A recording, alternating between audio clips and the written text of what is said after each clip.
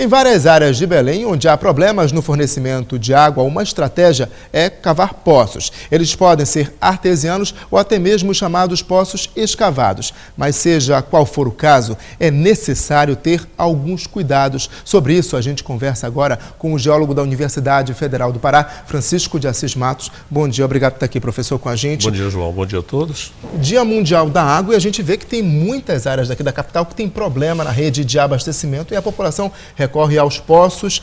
Qual é o cuidado? Quais os riscos que essas pessoas, de repente, sem uma orientação, podem estar correndo ao consumir essa água? Bom, nós diríamos que são dois tipos de risco principais. Um é o risco da execução da obra propriamente dita, a escavação, que é a mais perigosa, e que pode levar a óbito, como vocês reportaram algumas semanas atrás, alguns meses atrás, lá em Marituba.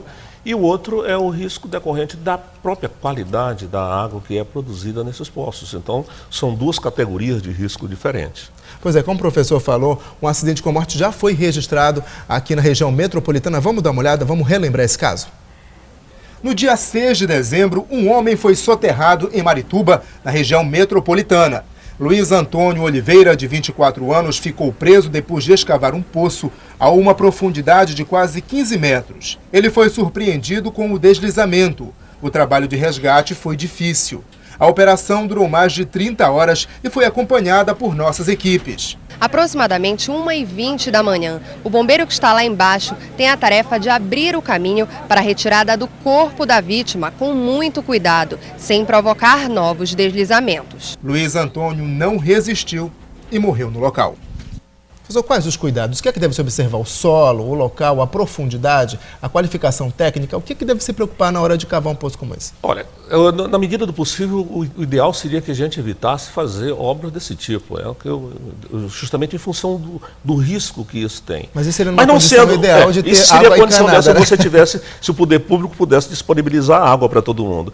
Então, nas situações em que a água não chega encanada para servir ao cidadão, o ideal seria, por exemplo, se você tiver uma comunidade, 10, 15 pessoas, que elas pudessem se reunir e construir um poço dentro da técnica, então distribuir água para todo mundo. Então, os custos podiam ser partilhados e isso seria barato. No caso de um cidadão que está isolado, que não tem ligação com outras pessoas, ele está sozinho, que são os chamados usos significantes, porque a quantidade de água é pequena, existem técnicas para construir isso. Existem os chamados poços ponteiras, que são baratos, que podem ser construídos pelas empresas. E nem todo o solo permite, né? De repente o lençol freático passa. Você vê como esse caso específico que vocês acabaram de mostrar aí. O que houve então foi um desmoronamento, porque a quantidade de água no solo era muito grande, o terreno não teve resistência, não teve escoramento, só depois é que a gente vê ali de forma, colocando aquelas tubulações, etc., de ferro, tubos de transportar combustível, é que se fez uma aplicação minimamente de alguma técnica.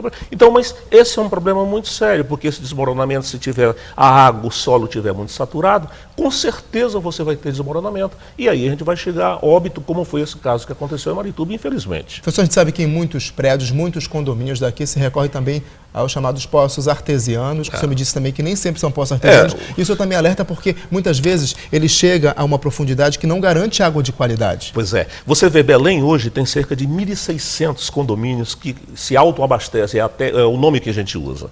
Isso remete a mais ou menos 600 mil pessoas, 650 mil pessoas na região nobre da cidade. Se você somar cerca de 35 a 40 mil poços escavados, como esse que existe na região metropolitana como um todo, nós vamos chegar a uma população de 800 mil, 900 mil pessoas. E nem sempre com qualidade de água garantida. A universidade tem dados estatísticos que têm mostrado que entre 70% a 80% desses poços não têm qualidade para que essa água que é produzida por eles seja consumida pela população. Que problemas tem? Então são problemas seríssimos, os problemas decorrentes das doenças chamadas de veiculação hídricas, né? Então essas doenças são as verminoses, os quadros diarreicos que pode levar à morte.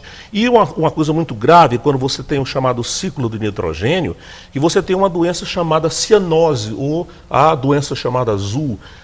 que pode acometer óbito a crianças, principalmente crianças de tenra idade. Então é uma coisa perigosa, sem falar que no ciclo de nitrogênio você pode ter substâncias cancerígenas que são desenvolvidas nessa água.